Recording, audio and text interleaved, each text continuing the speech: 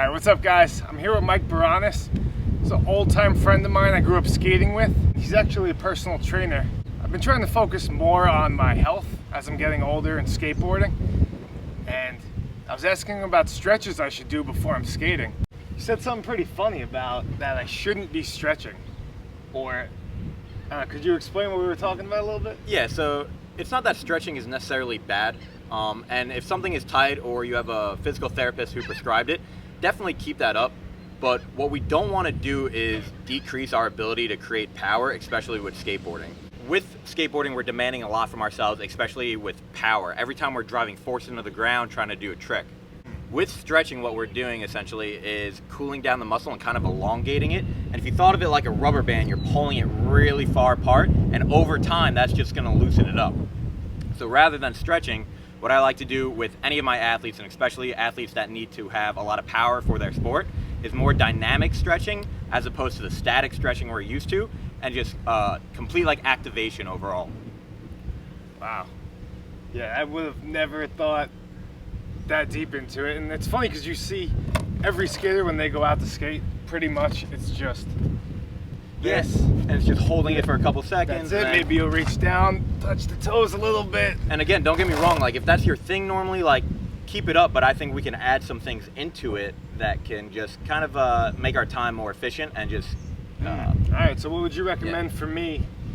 Like a normal day like today, I'll probably end up skating a mini ramp, maybe do some hip tricks. Mm-hmm. The couple of things we want to look at here is our ankle mobility, our hip mobility, and then our ability to control rotation. And I think that's a great way to start for skateboarders. We see a lot of knee injuries, yourself included, right? Oh yeah, yep.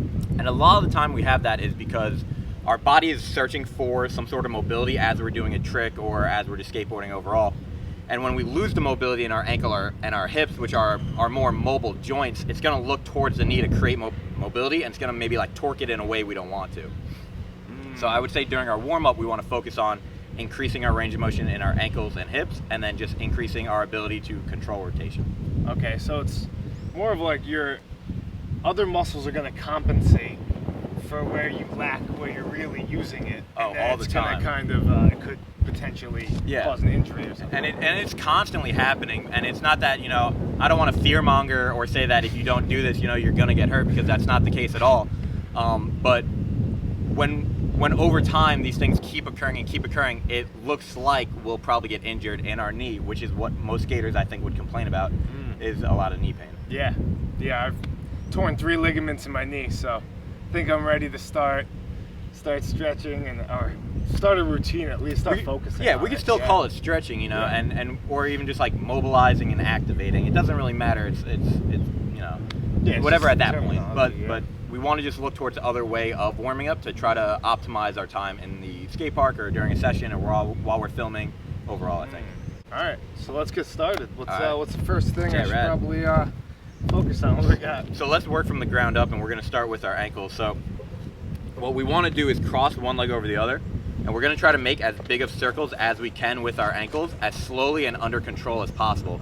And you're probably going to feel a lot of cracks, pops, some tightness here and there. Yeah. So just work through it and breathe the entire time. So let's have our ankles set, point our toes away from us, and we're going to try to make the biggest circle we can, thinking maybe 10 seconds it takes to complete that circle. And what are you feeling while you're doing that? Almost at some points where I feel like I need to concentrate on extending it, almost like a kind of a cramp type of thing. Yeah. In under the van sign right here. So that's going to be pretty common with any of the joints we're doing this with. We might feel cramping, and it's just pretty important to, if it's not going to kill you, just breathe through it and open it up. Yeah. And I would say let's get just like 3 one way and 3 the other way. Good, slow and controlled. And you're going to find the spots that you're probably trying to pass through quicker are the spots you need to stay in a little bit longer, right? They're a little crunchy or just like you're saying, cramps. Let's get one more rotation going that way, and then we're going to switch directions. So what is this doing exactly for my ankle or whatever muscle? So I mean, we could just look at it as like the joint overall. When we look at ranges of motion, I got a little cramp in there. When we look at ranges of motion anywhere in our body, we're really strength overall. Our brain is very much a, if you're not using it, you're losing it type of system, right? The same way with computer systems or any other system that requires a lot of data and not, whatever. You know? Anything in life, you don't use it, you lose it. It's pretty simple when it comes to that. So what we're trying to do is just tell our brain that, hey, like, we still want these ranges of motion and we still want them under control, which is the more important part. You were saying that during like any tricks you need to flick with towards the end of a session, that'll start to bother your knee, right? Yeah, I was noticing it last time I was trying a mini ramp trick. I was flicking my board constantly and I left the session. I couldn't finish skating. It was just like throbbing where I had knee pain. Yeah. It was pretty bad. And I think that's a perfect example of like our body was searching for something in that ankle, and whether the strength wasn't there or the mobility or whatever, it traveled up to the joint just north of it, which is the knee, and it started asking it from there, and that's when you're getting those weird torques on it and twists, and it's just not made to do that, so that's why we're feeling that pain. So next up, what we're gonna be looking at, we're gonna be moving up the chain, and that's gonna be into the hips and into the lower back. We wanna make sure that we have enough mobility in our hips and also just have that rotation in our back as a whole, because when we're going to, and if we don't have it, that's where we can get either pain or just overthrow rotations in any of our tricks. So let's start out with our feet together or just slightly apart. All right. We're gonna take our hands and put them down and replace one of the feet. Go ahead and drop a foot all the way back. And what I want you to do is fight for this leg to be as straight as possible. So you might recognize this from some yoga. That left arm now is gonna raise up to the ceiling or up to the sky in this case, and you're just gonna open up, take a nice deep breath. Put that hand back down, put that foot back, stand all the way up, and switch legs. So replacing that foot, kicking back, we're sinking that hip down, big breath in, big breath out, look up. So other way actually. So you want to go towards that knee on this one. Oh, like, yeah. Where do you feel it mainly? Kind of my lower back. Feeling it. Yeah. Good. Is there a certain spot that focuses on? So I don't like to say we're supposed to be feeling it anywhere. Whatever the weakest or tightest link in the chain is, that's where we're probably going to be feeling it. Oh, okay. Yeah. Okay. So I would say, like, let's just hit that on 5 on each side. So the next one we're going to be setting up here is a shoulder tap. In the previous one, we were kind of exploring more rotation. This one, we're going to keep it under control and resist the rotation. Whatever tricks we're doing, some may require more rotation than others, but no matter what, there needs to be some degree of control, and that's what this is going to work on. So we're going to get into like a push-up position. All right. On our hands with our feet just outside shoulder width. Hands right under our shoulders. And what you're going to find, so actually turn real quick, 90 degrees. No, I mean like your body. I'm so confused. So head over here, feet over here. Oh, there we go, we got it. So what we want to make sure we're not doing is sinking all this down. So actually like push up here, push that ground away and squeeze our butt cheeks. So holding this position now. I want you to take your right hand and touch your left shoulder without letting your hips move. Good, and down, and then the other one. You can see a slight sway in the hips. We're going to try to work that under control. So what we can do is spread our feet a little wider. Good. Let's get 5 on each. Big breath in, yep. Big breath out as you reach.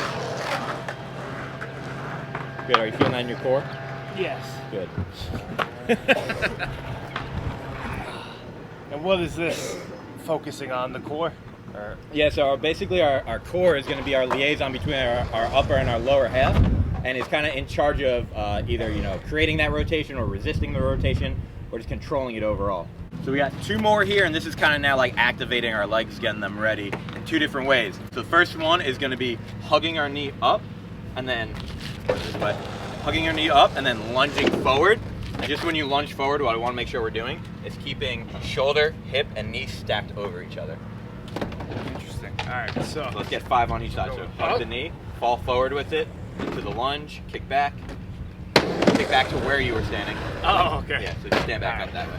All right, Yeah, there we go. Oh, okay, we got it. So knee hug, lunge forward, kick back.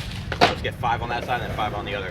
And we're actually trying to get a little stretch in our glute as we pull up. But we're not holding it for so long like we were talking about before, and we're actually just getting active within that range of motion now. All right, so then the last one of all these is going to be very similar to the one we just did, only now we're working side to side rather than front to back. I'm going to cradle my leg, and this is important. I'm pulling on my shin and my knee upward. I'm not pulling on my foot and trying to stretch all that out. I'm pulling upward this way, and then I'm going to, I don't know if you can catch that there. Yeah. I'll show you this way. Pull upward, and we're going to sit back into it like I'm sitting into my pocket here, keeping my feet flat. And why are we not pulling the ankle and why are we pulling the knee? So we don't really have muscle there. It's more like just ligaments and tendons, and the more we're stretching it, it doesn't really regain bounce. So if we're ripping on it and tugging on it, right, we're more likely to roll it. Yeah, that makes sense. So pull up. Is that right? Yeah, sink back in. Yeah, and then like just pull up towards you. Yep, and then lunge out that way. Feeling it kind of here. Exactly. Yep. And then step to your side. Yeah. Try to keep that foot flat though, your right foot. Yeah, and then sit your butt back, and then standing back up. Oh, okay. Yeah. Yeah, I feel that. So it's just 5 on each side again. So just hitting this before we're going skating, like for however long that takes, 10, 15 minutes. Over time, we might just find ourselves feeling a little bit better. Our joints might feel a little less cranky, and overall, we might just have a better session, you know? And that's really the goal of it, is just to keep the longevity there, both within the session and then over time. Yeah, I'm gonna need that. Yeah. Trying to do this as long as I can, so definitely gonna need to start focusing on this. Appreciate you coming out. Yeah, of course. Sharing all your knowledge with me. Hell yeah. Check out all his social media. His Instagram, I follow it. I'm not even big into like working out, and it's so entertaining. Oh, I appreciate that. Yeah, I just love everything you put out. So I'll put links to all of his social media in the description, and hope you guys enjoyed the video. Thanks for watching.